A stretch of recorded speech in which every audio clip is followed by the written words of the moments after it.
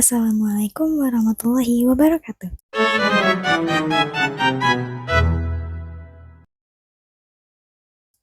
Hello everyone, my name is Syahzamaniah Safaraz Zein, my last ID number is 131, and now I'm gonna tell you the story of the novel that I've read before.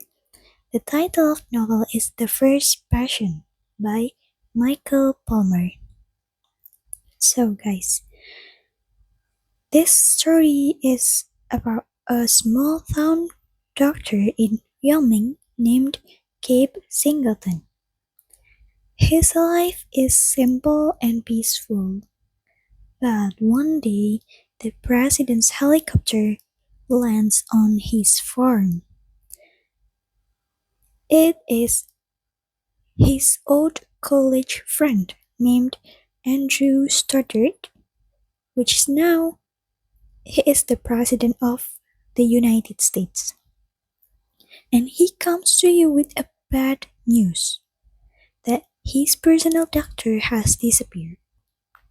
Andrew then asks to Gabe to become his new personal doctor at the White House. At first, Gabe is unsure because of his dark past. He once went to prison for a deadly accident that killed a pregnant woman while he was drunk. But because of their friendship, Gabe agrees and goes to Washington with Andrew. When Gabe arrives, he feels something is wrong.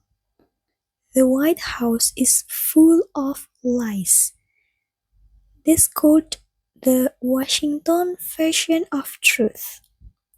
So on his first night, Gabe is called to the president's room and he sees something shocking.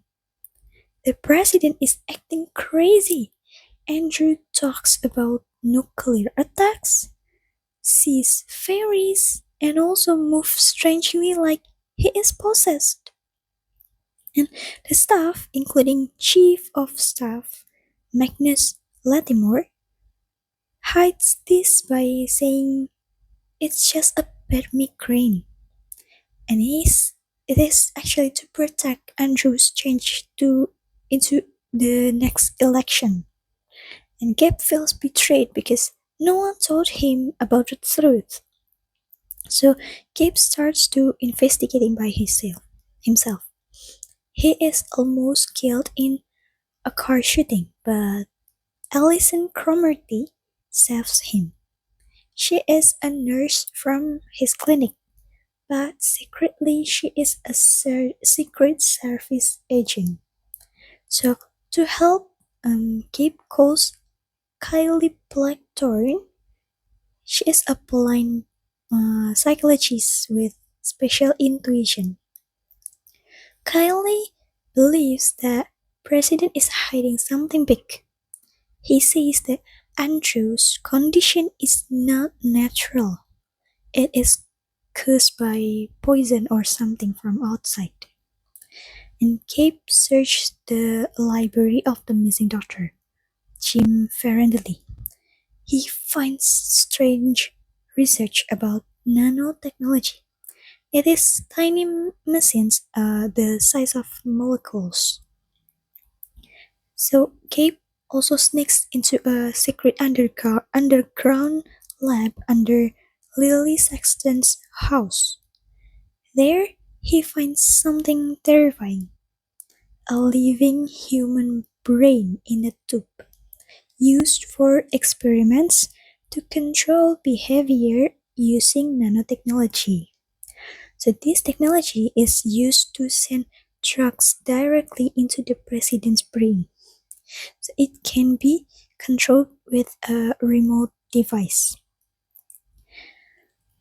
And then Gabe finally meets the missing doctor, Jim Ferrandoli, under a bridge.